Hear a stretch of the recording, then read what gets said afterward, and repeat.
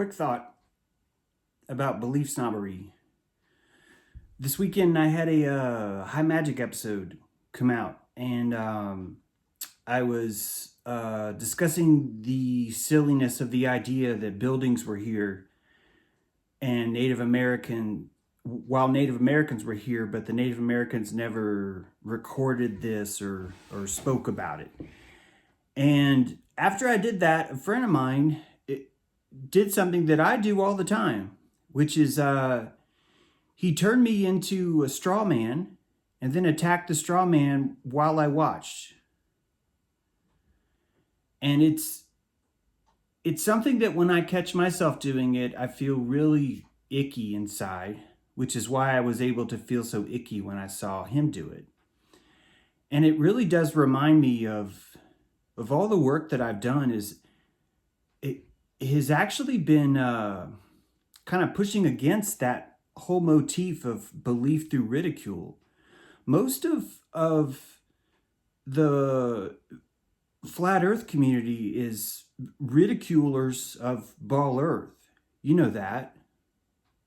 Most of even someone like Owen Benjamin's audience, that audience is based on ridicule. And if you watch every show, someone is pulled out and chosen as you're the goat. You're the one that will be sacrificed today.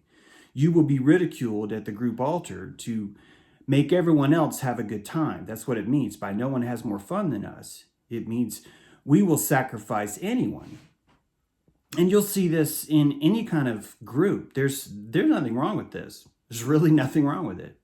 This is actually how groups cohese, right? You build a collective based on what's funny, based on what's not. What is profane and what is sacred are the two defining forces that determine what a group is. But let's be clear. I've gone out of my way to emasculate the people that make fun of those who believe in other theories. I think we are all flowers learning to bloom. And so I see any theory, regardless of how old it was for me that I once held it, as being a necessary stepping stone. This is the yellow brick road we talk about of Oz, right? It's a yellow brick road. And you think it's paved with gold, right? The whole time you're like, this thing is paved with gold, and it's not. Those are fake bricks. But you don't need to know that. You're following the road. It's your job to discover there is no wizard. So why would I ridicule you while you're on that journey? There's no reason for it.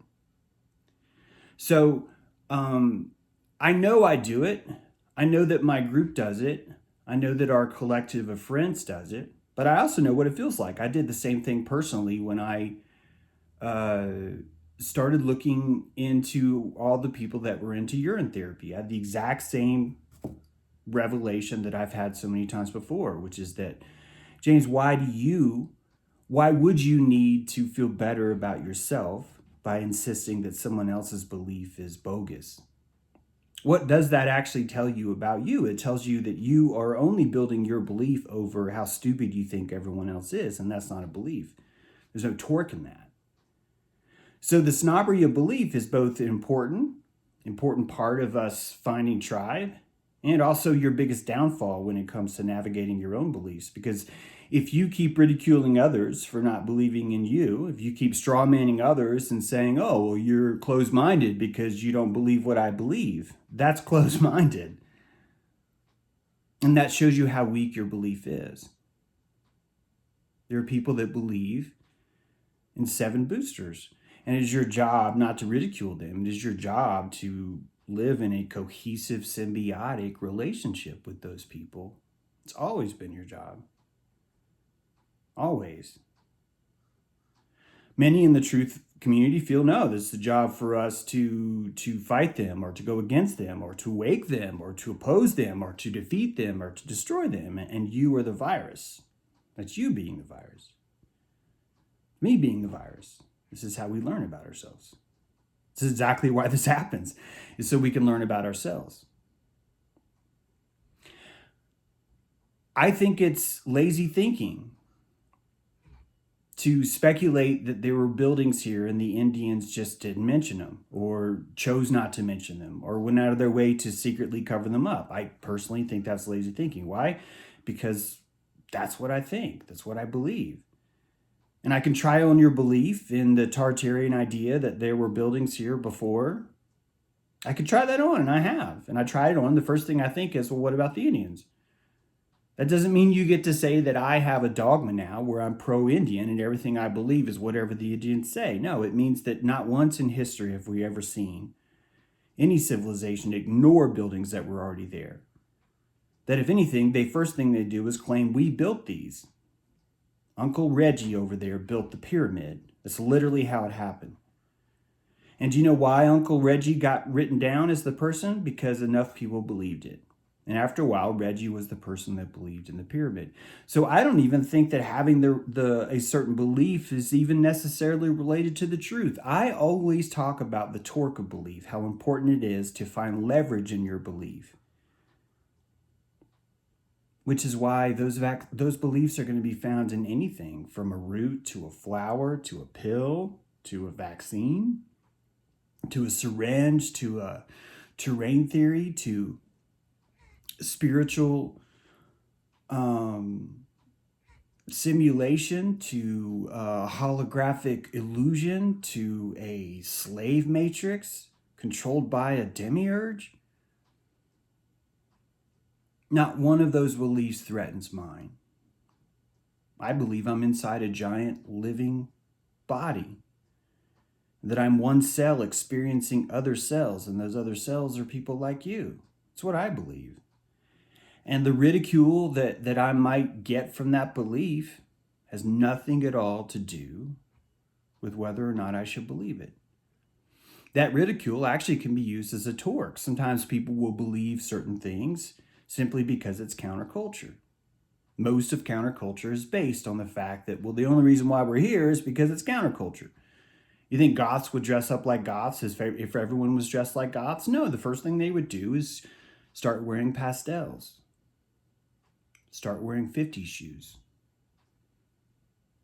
That's what they do. And that's what happens, which means every belief that's even out there on the market is simply really a reaction to another belief that used to be there before. This is why fashion is so crucial and important to understanding things. You are a stronger alchemist if you can be next to someone that has a certain belief. No matter how silly or profane you might find it to be, it has nothing at all to do with your own torque. There's certainly some momentum to be gained from mass belief. Absolutely. But we all know that that momentum is short-lived, and that momentum ends up turning you into a hyena where all you can do is strawman other people's beliefs and come in desperately to say, look how great my belief is because of how stupid or ridiculous or crazy someone else's belief is. Or lazy. All of these beliefs are fashion, and not one's right and not one's wrong. They're fashion. They're coats you put on in the morning. And the more you cling to one, the more you're going to miss the lesson of it all. This is the technology of belief at work. Your job here is to technologically torque your belief to build and sustain the most conscious form of life you can afford. And you're only going to afford it with more electricity. And you're only going to find more electricity by having a good belief system that gives you the right torque, right? That's all. That's really all there is to it.